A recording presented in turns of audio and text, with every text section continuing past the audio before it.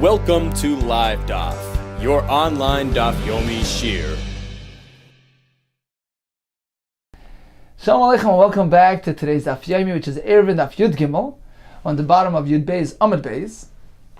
Says the Gemara, Mishum Rabbi Shmuel Omer Talmud Echad V'chulu, Rabbi Akiva Omer Al Zeh V'azeh Nechelku. We're going back to our Mishnah, which told us what is the proper Hechsher Mavi, the proper adaptation of the Mavi to enable carrying within it. So the Tanna Kama begins by presenting a machlokes. By Shami hold, we require a lechi and a koira. We still say either lechi or koira are sufficient. The Mishnah proceeded to tell us that there was a certain Talmud who quoted to Rabbi Akiva in the name of Rabbi Shmuel that it depends on the size of the entranceway to the Mavi. So if the entranceway is smaller than 4 ames, there is no machlokes. All agree that a lechi or koira are sufficient. Rabbi Akiva responded by saying, no, al zeh v'azeh nechelku. Actually, on both cases, the machlokes is meant to be applied.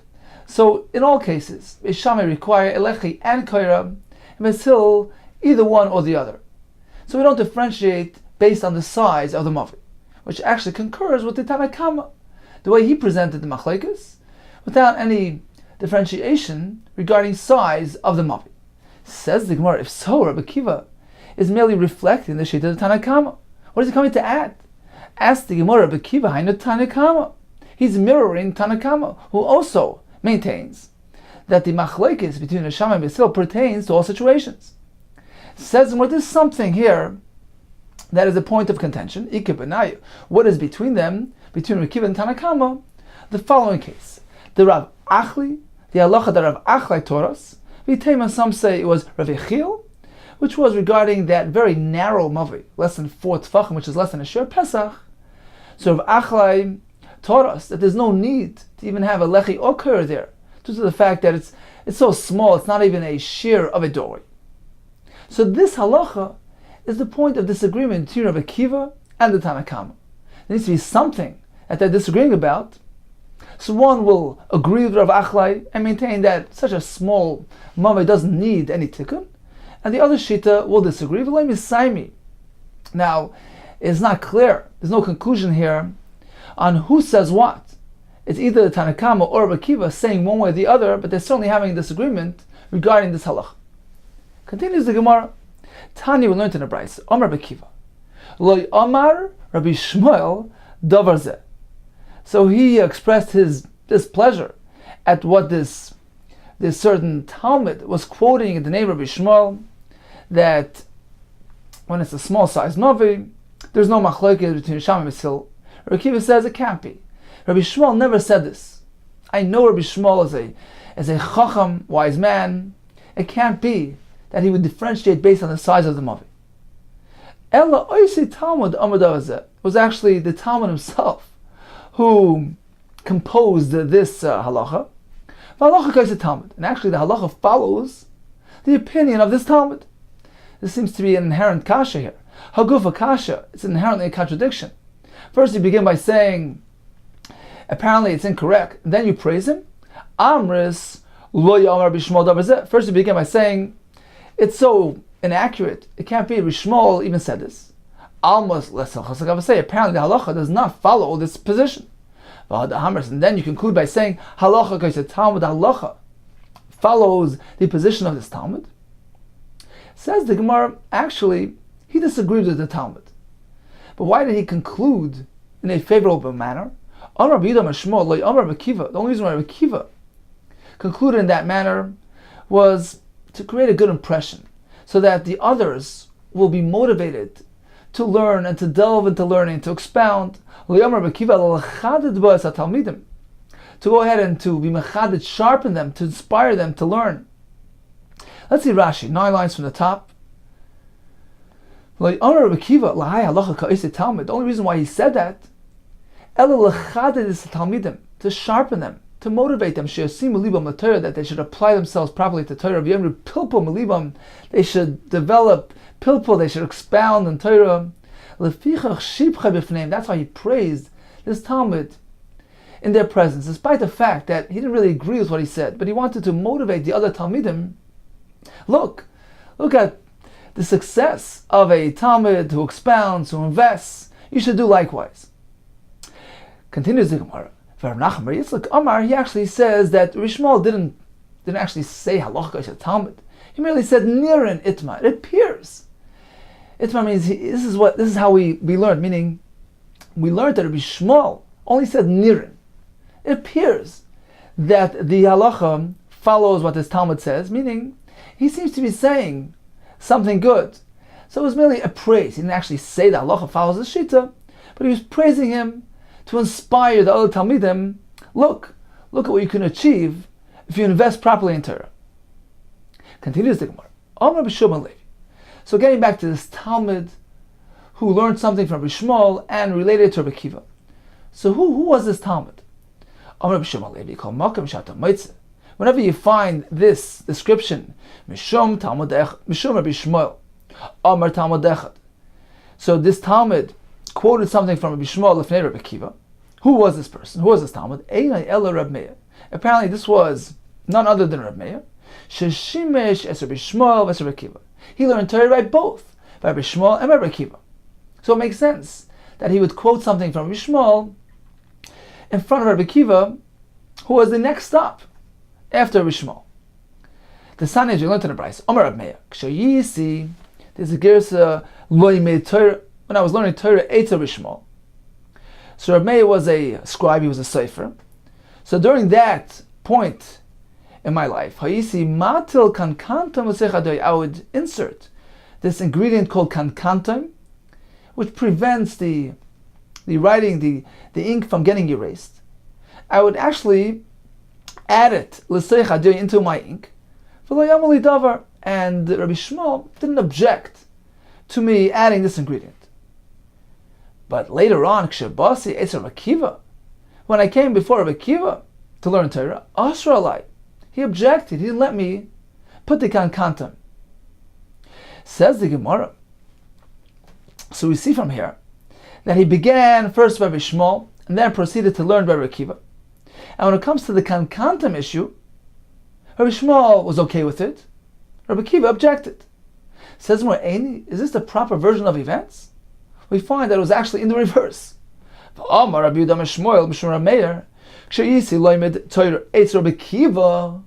Initially, when I was learning by Rabbi Kiva, I would place the kantam into the ink. And he didn't object. And then when I followed Rabbi Shmuel, he turned to me and he asked me, B'nai, my son, what's your profession? I told him, I'm a sefer. I write sefer Torah, film, mezuzahs. So he told me, B'nai, my son, you must be very careful. Be careful with your malacha. It's a heavenly, spiritual profession. You must be very careful. Perhaps you'll leave out a letter from a word, or add an unnecessary letter. You're going to cause destruction, spiritual destruction, to the whole world. Let's see Rashi inside. 16 lines from the top. Mechasor is achas. Perhaps if you're going to delete one letter. Says Rashi, for example, the pasuk Hashem Elikim emes. So the word emes, im techasor aleph, if you delete that aleph, harete machri, destroying. Because emes without an aleph is very terrible to describe Hashem in that manner. Or adding a letter, vayidaber Hashem. So if you're writing those words, in toisiv achas, if you add another letter, instead of vayidaber Hashem, you write v'tichtoi vayidabru, plural, and say samachri, destroying, because the Sefer Torah will contain content which negates the very fundamentals of our existence. So he was very concerned. He says, you must be very careful with your accuracy of the writing. So Meir responded, Martilo, says the Gemara, Martilo, I responded to him, not to worry. Dover echad yeshli v'kankantam shmoy. I have this certain ingredient which is called kankantam. Shani matal seicha joy that I add into the ink. So then I responded to him. Now the Gemara soon will explain how is this exactly relating to the concern of adding or omitting a letter. The Gemara soon will explain. In any case, when I mentioned to him this ingredient, this kankantam, which does not allow for erasure, Amarli, so Rishmo responded to me, can one do that? Can one put kankantam into the ink? Doesn't the Torah say So this is regarding the parsha of Soita. The woman was straight from her husband, so they would take a piece of parchment, write some sukkim on it, which is the parsha of Soita, and erase, rub out the ink into the water and give it to drink. So the pasuk says v'kasav, you meant to write, and then umocha, go ahead and rub it out into the water. Apparently, it has the potential to be erased. Ksav sheyochel limchos or limachos. It's a ksav that needs to have the potential to be erased. So apparently, it cannot be written in a manner where it's going to be permanent with this kankantim.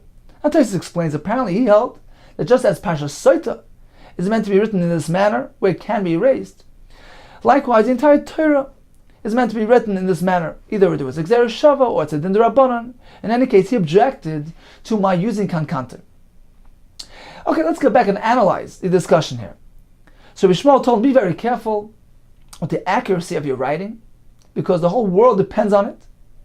And he responded, look, I have this kankantam which prevents erasure. Maika Amalei. What did Rishmo tell him? O Maika Mahadalei. And what did he respond to? Meaning, how was Rameir's response regarding the kankantam corresponding to Rishmo's concern? Says Gemara, this is how he responded to him. This is how he related to his concern. Firstly, he said, not to mention, when it comes to omitting letters or adding letters, I'm not liable to err, to boken, because I'm well versed in the content of what I'm writing. But even perhaps to be concerned about a fly that might show up. He might come along and sit down, perch himself on that right corner of the dalit,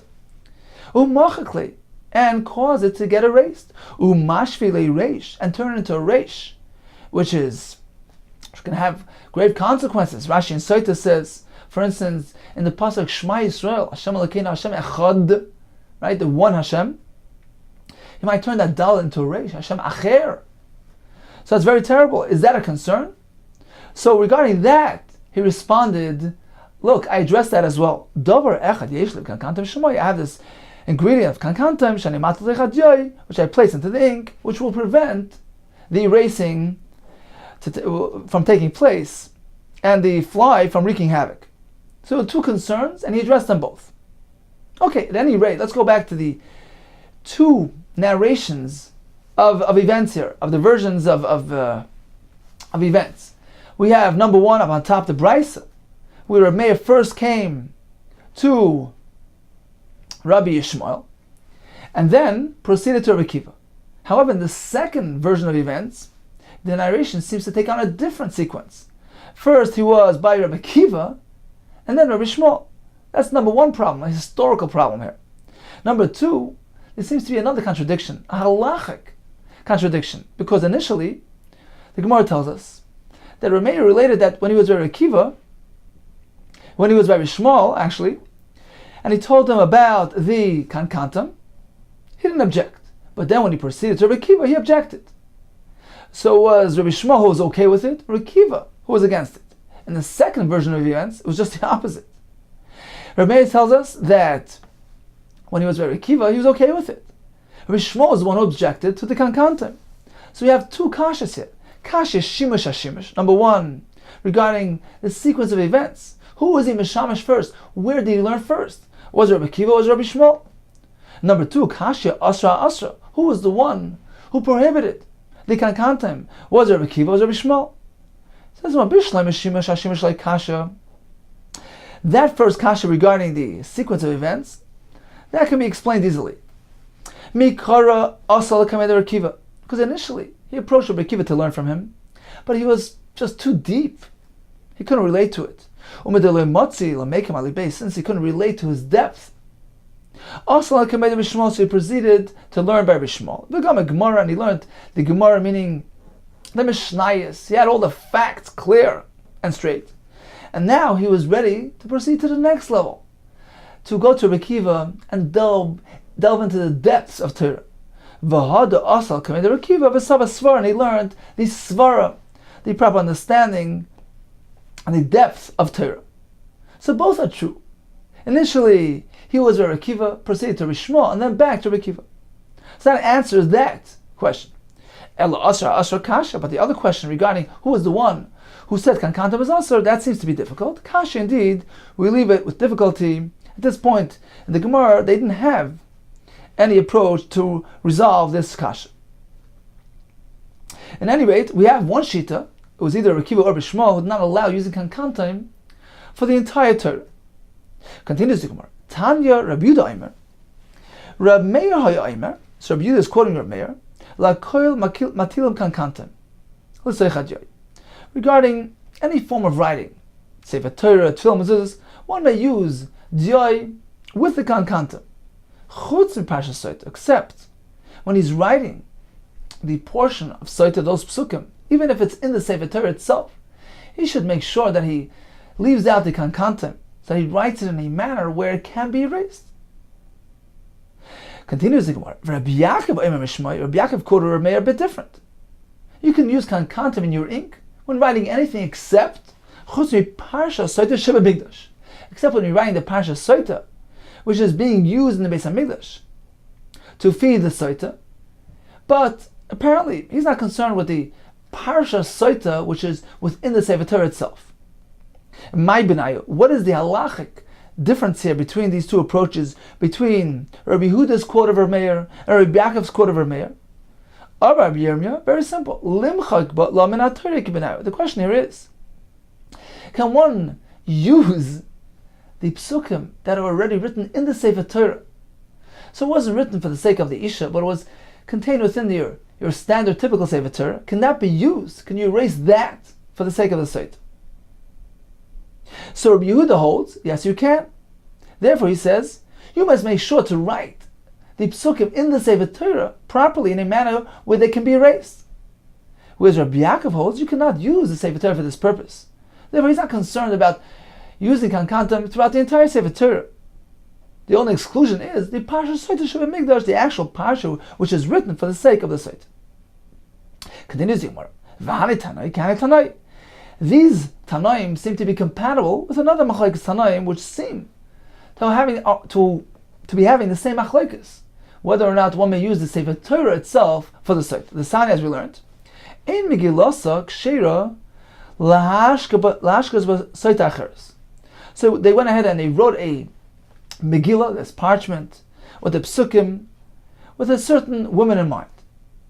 Tanakama says you cannot decide to use that for a different woman, because it wasn't written for the sake of the other Isha. Rav Acha bar Yosha Amar, he says you could. Megillah Kshera, the Megillah of one woman, is kosher lahashkas b'sayt acheres, to use it to give to drink to a different site. Says more, apparently the two things are related. Meaning, Tanakama, who says you cannot divert the Megillah from one woman to the other, holds that likewise when it comes to the Sefer Torah, you can't use the Sefer Torah for the site because it wasn't written with her in mind. Whereas Rabbi Achi holds you can use the Sefer Torah just as he allows using the Megillah that was written for the sake of one Isha. You can divert it for a different Isha. Amar Papa, perhaps the two things are unrelated. Dilmalai, perhaps that's not the case. Adkan, like Amar Tanakama Hasam, perhaps the Tanakama, in the case of diverting the Megillah from one woman to the other, it's only over there that it doesn't allow it to be done. It's only Elakivan de Intik, Lishum Rachel, since it was already designated, set aside for Rachel's sake, Sulay Hadra Mintika Lishum Leah. It no longer can be designated and set aside for Leah. It was already labeled for Rachel. It can't be diverted any longer. That's over there. Aval Gabe Soita, the Stama Mechtava. However, Sefer Torah, which was written undefined, undesignated, it was just a Sefer Torah. Perhaps you can go ahead and erase the Sefer Torah for the sake of the Isha. So although he's machmer over there, perhaps when it comes to the Sefer Torah, he would allow. Likewise, when it comes to the other Tana, Omar Rab Nachman Yitzchak, Dilmalai, perhaps we can differentiate. Adkan like Omar Rab Achi bar Isha Hasam.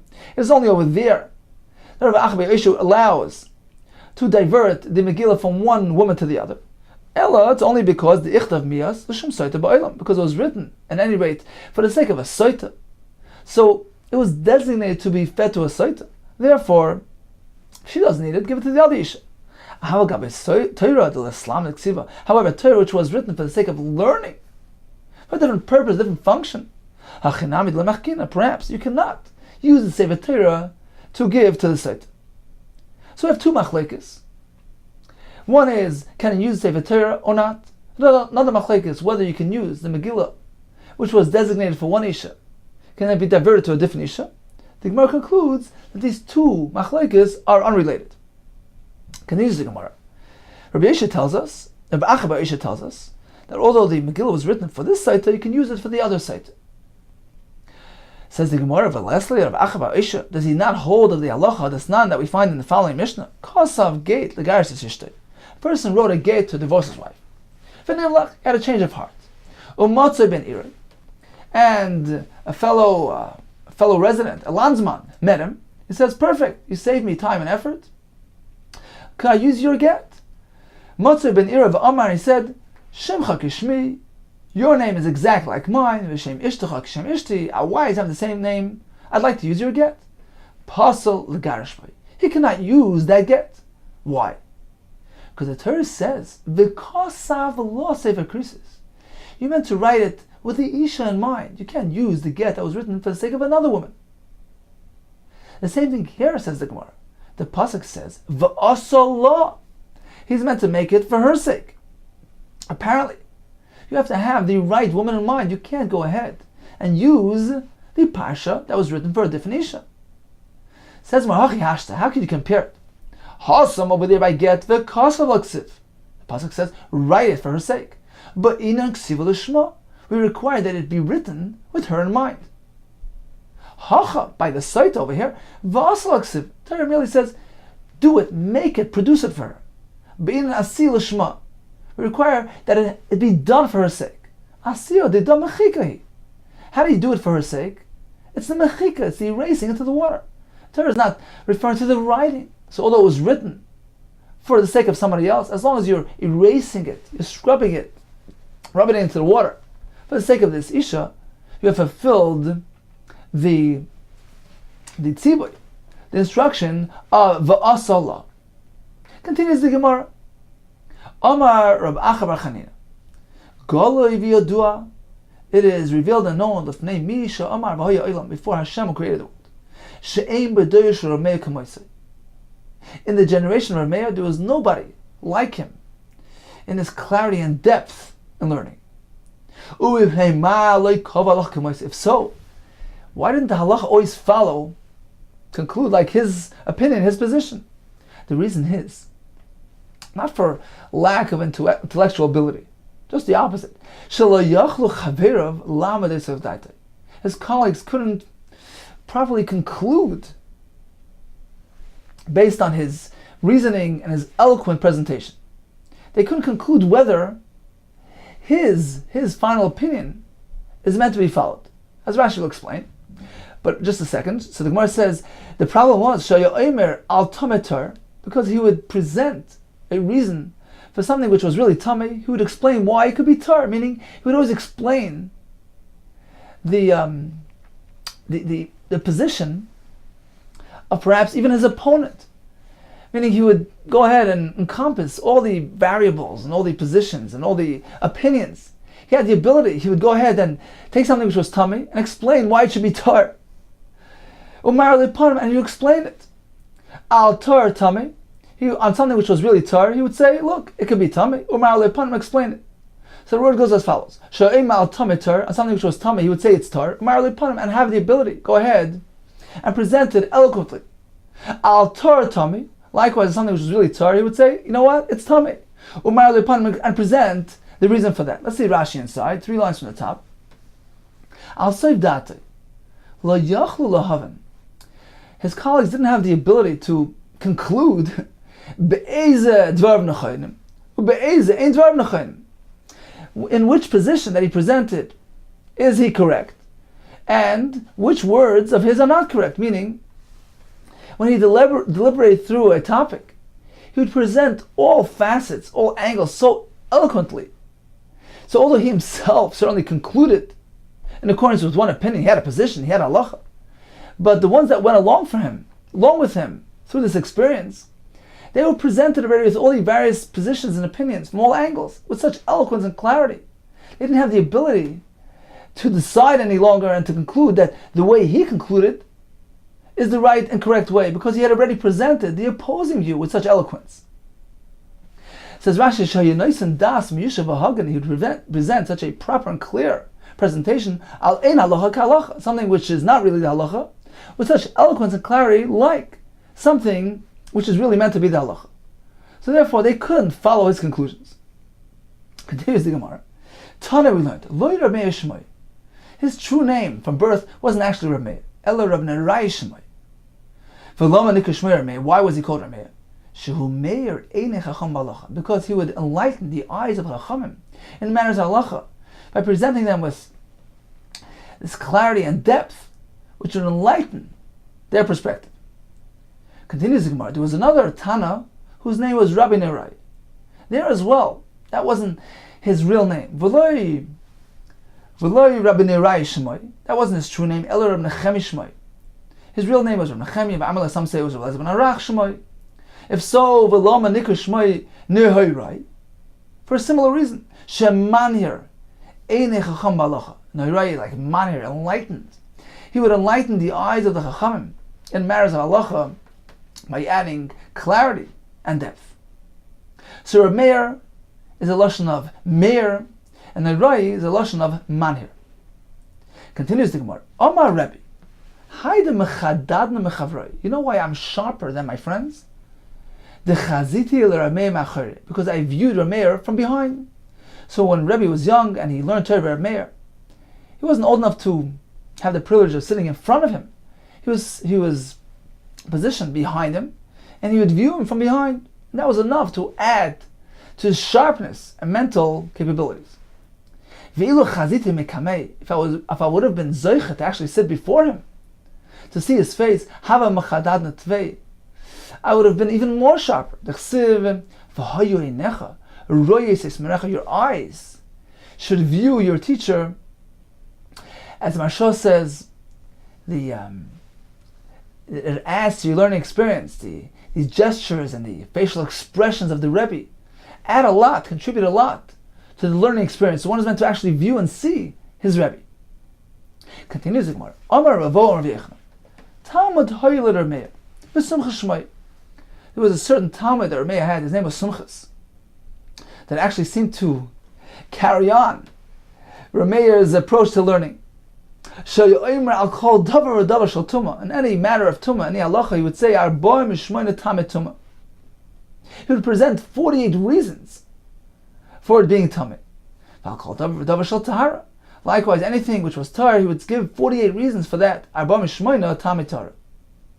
Tana, we learned Talmud Vasek B'Yavne. There was this veteran Talmud in Yavne, Shayamataris Hasheretz B'Meya V'Chamishim Tam. He would present 150 different reasons to purify a sheretz, to explain why these sheretz, this lizard for instance, is not metame. And we know that there are 8 shvatzim in Torah that are metame. He would present 150 reasons to be metired. Tosfos asks, what's the big deal to go be metired something where the Torah specifically says it's tame? So Tosfos has a whole explanation. He wasn't referring to actually being metame entire sheretz, but merely discussing a certain aspect of the Tumah of the sheretz, which he presented as being Torah based on these 150 reasons. Amar Avina, Ani Adon Vatarenu. I will present a reason, a Kal V'chomer, which can actually prove that a sheretz should be Torah. Why? Uma Nachash. Since we find that although the Nachash, a snake, Shemaimis, he kills, Umar Tumah, introduces, increases Tumah in the world, nevertheless, the Nachash is not one of the Shvatzim, he's still Torah. So certainly a sheretz, she'ein meimis, who doesn't kill Umar Tumah, he doesn't increase, doesn't introduce more Tumah into the world. So he's not a catalyst for Tumah, like Kolshkein. Isn't it certain that he should not be Tumah? So this is a Kal V'chomer, to serve as a basis for Tahara of sheretz. Says more, actually not. V'loi, this Kal V'chomer can be refuted. Because you said the Nachash kills and brings Tumah, Masa Koitz Ba'al Mukavit, he's merely acting doing an act of a kite. A kite is a thorn, which can theoretically kill as well. So this nachash is merely acting like a kite. Nobody's going to say that kite is increasing tumah, is a catalyst for tumah. He's merely being used as an agent, as a tool to kill. Same thing with the nachash. He himself is not bringing about introducing tumah into the world. So although he inserts the venom, but he's merely being used as an agent by Hashem. The Gemara Brachos tells us it's not the creature that kills, it's the chet, it's the aver that kills. So the nachash is merely being used as an agent. But he himself is not increasing any tumah in the world. Continues the Gemara. Amar Rab Abba Amar Shmuel Shalosh Shanim Nechlaku Beisham Besil. So there was a machlekes between Hisham and Sil going on for 3 years. Halalu Oimrim, these would say halacha k'moiseinu. The halacha is meant to conclude like our position. Halalu Oimrim, these would say halacha k'moiseinu. Halacha is meant to follow us. Until there was a baskel, yotzes a baskel v'amra. So the heavenly voice rung out and said, Elu ve'elu, divrei Elokim Chaim. These and these are both expressions of the words of the living Hashem. Elu ve'elu divrei Elokim Chaim heim halacha v'sil. However, the halacha follows the shita v'sil. Now, how can it be that all positions and opinions are expressions of Hashem's word? So the Tzva actually explains that the Gemara means as follows. That when Moshe Rabbeinu went up to Shemayim, Hashem presented him, showed him all these various positions on all sides of the argument. Tamei, Tor, Mutter, Asur, Chayav, Pater, many different positions and shittas, different svaras, different perspectives. And he left it up to the Chachmi Hadar. He told Moshe it's going to depend on the Chacham of each generation to determine and conclude the halacha based on their abilities, on their Chachma, their intellectual abilities, and their formulas. So really, all these svaras and positions are rooted in Hashem's wisdom. They have credibility. They are divrei Elokim Chaim. Although, when it comes to halacha l'maisa, we may not follow all those positions. Nevertheless, they're considered to be divrei Elokim Chaim. Rashi in Ksubas actually explains that many angles to a debate all have credibility, meaning when one has one position as opponent a different position, in reality, they're all saying something true. But when it comes to halacha l'maisa, it depends on the context. There are many factors and variables which influence halacha l'maisa. We can't apply that good svara to this case because in this context it won't apply. But perhaps this reason, this rationale, can be applied elsewhere. There's a line from the Rogatchover Goyen in Europe. He used to say that a Havamina in Gemara, when the Gemara has a Havamina, shall we say this? And the Gemara concludes, no. We learn even the Havamina. So he says why? Because even the Havamina is Torah, and he says that the Havamina, although perhaps it doesn't apply here, because we change our mind, we revert from that approach, we conclude differently, but that Havamina can be applied elsewhere in Shas. Look around, you'll find many times something which doesn't work in this Gemara will work elsewhere. So even the Havamina is technically part of Hashem's Torah. The Chidah adds that in order to gain proper clarity, to arrive at the proper clarity and proper conclusion in halacha, you must go through all the phases and stages and steps, back and forth. And the machlokes, the debate, the give and take, actually adds to clarity, actually leads to further clarity, the true depth, the proper conclusion, understanding of Torah. So really everything is part and parcel of the process of learning Torah.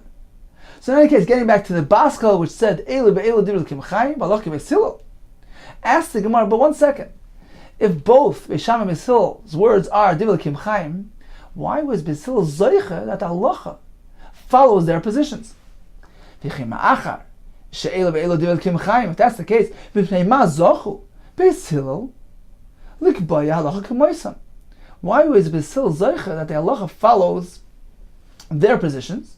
And the reason is not on account of their intellectual superiority. Actually, the Gemara in Yevamos tells us that Beishama were mechaded titfei. They were sharper than Besil. So why then? Because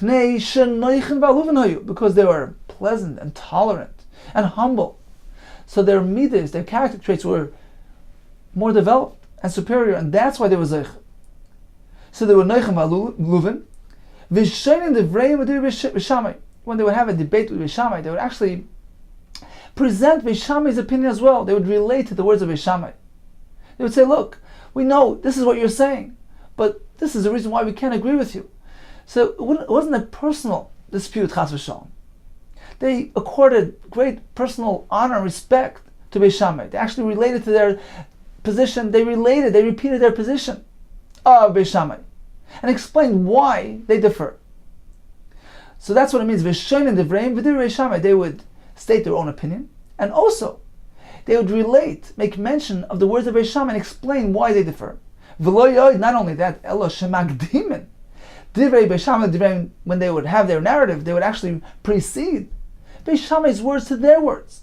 As we find in the following Mishnah. So if a person sitting, his head, most of his body is in the sukkah.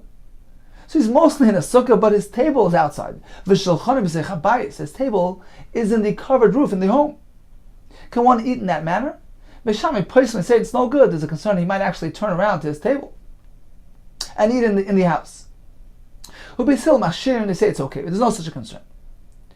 Honor Beis Hillel Beis Shammai. So Beis Hillel presented to Beis Shammai the following story. Wasn't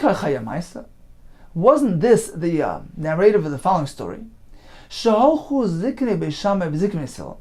the elders of Beis Shammai and Beis Hillel went. So stop for a moment. We see right here that when they presented their argument, they preceded Beis Shammai to themselves. They said Ziknei Beis Shammai, and only then Ziknei Beis Hillel. So we see that tremendous humility in their presentation. In any case, getting back to the Mishnah here. So Beis Hillel is speaking and saying, look, the elders of Beis Shammai and Beis Hillel went to Levaka to visit as Rabbi Yochanan Mecharanis. Umatsu, they found him sitting in this manner. Yoshev, he was sitting Roishev Ruba B'Sukkah, and his table was in the house. So you see that's okay, because they didn't protest. Amar Beis Shammai. So Beis Shammai responded, Misham Raya. You're bringing a raya from there. Actually, the correct version of events was as follows. Actually, they did tell him, if this is the way you always conducted yourself, sitting in this manner at your table in the house, you've never properly completed and fulfilled the mitzvah of sukkah. In any case, we see from here that Beis Hillel were very humble and they were magdim Beis Shammai to themselves. Ask the Maharal, why is this related to halacha l'maisa? We say, well, Beis Hillel was zeicha that the halacha was established based on their positions and opinions. Why? Because they had better midas.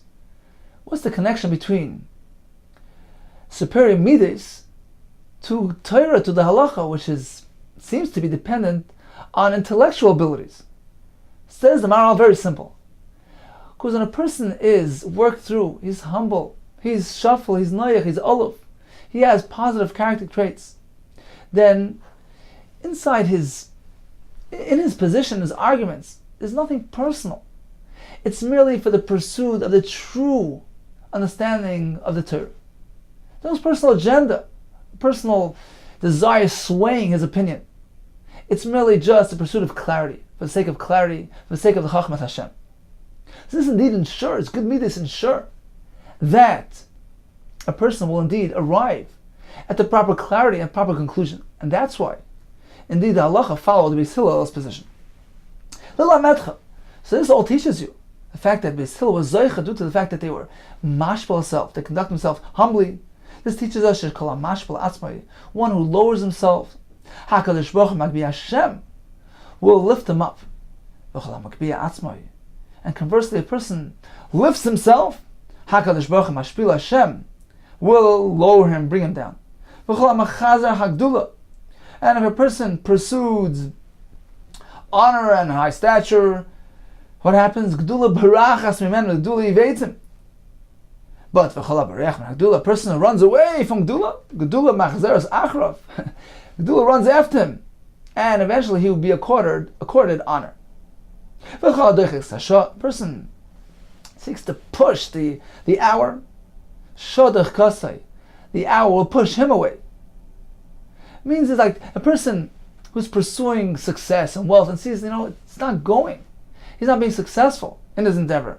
And he proceeds, he's unyielding. He proceeds unrelentlessly in the pursuit of his goal. He doesn't wait for the proper time. He's doomed to failure. Shah pushes him away. One who allows himself to be pushed away by the hour, he waits for the proper time. He proceeds with humility. He's easygoing. He's not insistent on success, on achieving immediate success. What happens? Eventually he'll be successful if it's meant to be. Shah imedisli. The Shah will stand by his side. Let's see Rashi inside. It's right in the middle of the Amud. Beginning with the words Hadoichik Shah. So Rashi describes as follows. Misyageh lahasher. He endeavors, he pursues wealth.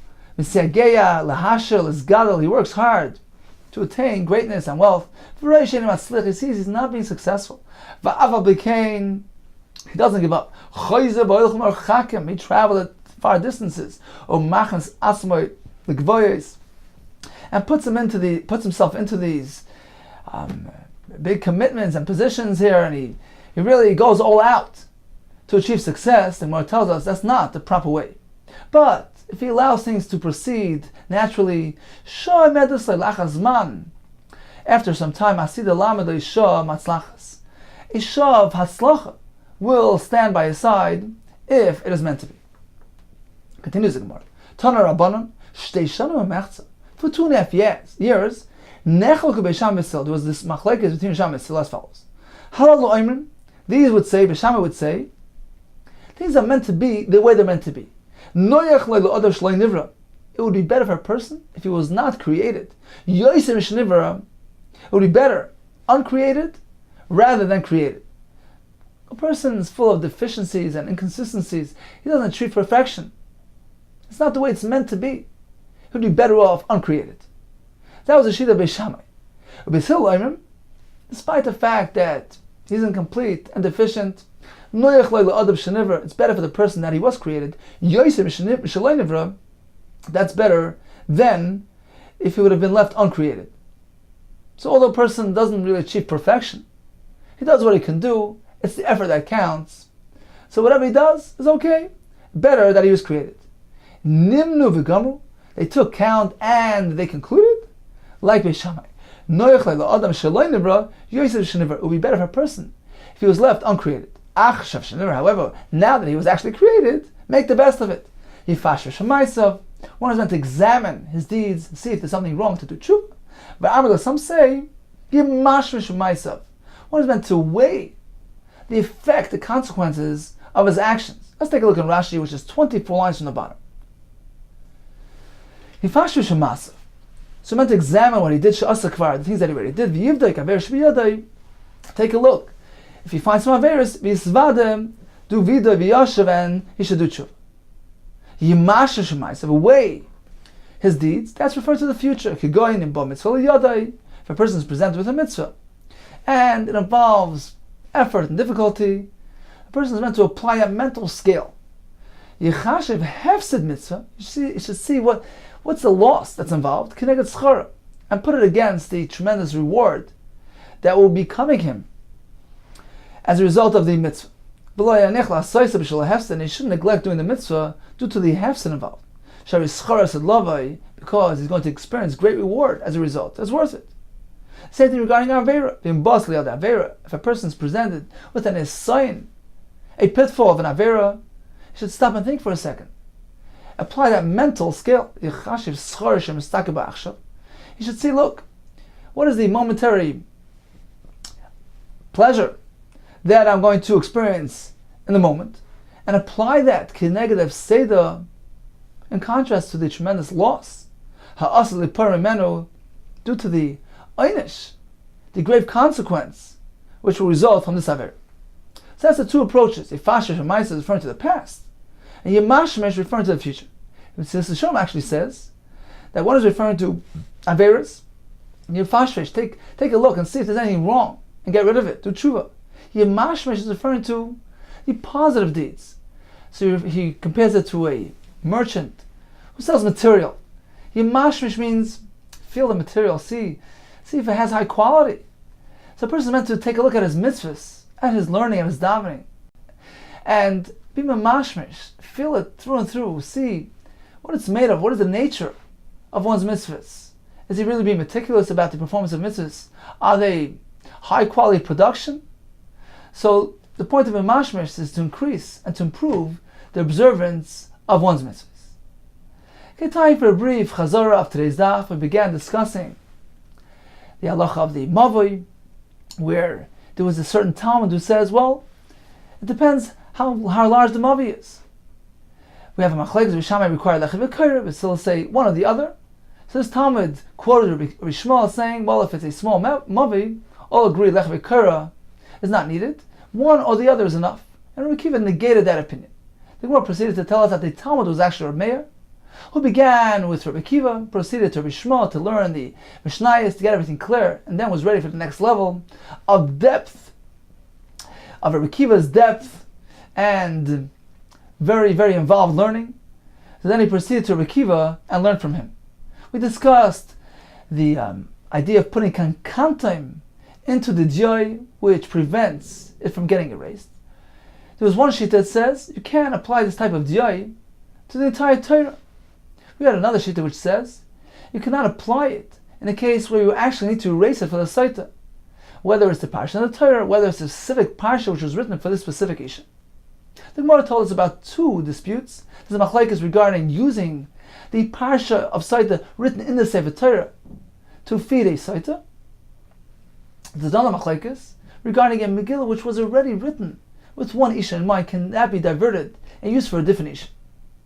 The Gemara told us the Rameir had such depth and clarity in learning, even his chaverim were not yerid seif daite, they couldn't figure out if they're meant to conclude in accordance with his conclusion, because he has the ability, and he actually did present so many variables, so many different perspectives, and they couldn't figure out whether the way he actually concluded was the correct one. The Gemara tells us that he was named Rameir because he would enlighten the eyes of the Chacham in matters halacha. Likewise, Rav Nerai would do the same by enlightening the eyes of the Chacham halacha. The Gemara tells us that there's an advantage to actually taking a look, seeing. Your Rebbe, the Gemara tells us that there was a baska that rung out from heaven, Elu ve'elu diva lekim chaim, in reference to Beisham Beisil's words. However, the halacha follows Beisil. The Gemara tells us why. Due to their superior midas, the fact that they were neichen va'aluvin, they were pleasant and tolerant, they were humble. The way they conduct themselves specifically, the way they related to Beis Shammai, they would make reference to Beis Shammai's words, they would accord honor, respect, personal honor to Beis Shammai. They actually proceeded, when they mentioned Beis Shammai, to their own, to Beis Hillel. The Gemara tells us that one is not meant to be doichik sashah, to push, to be unyielding when things aren't going. Just wait until things work out. And finally, the Gemara tells us that a person, once he's around and created, make sure to do things right. Yifashmish b'maisav. And some say yimashmish b'masav.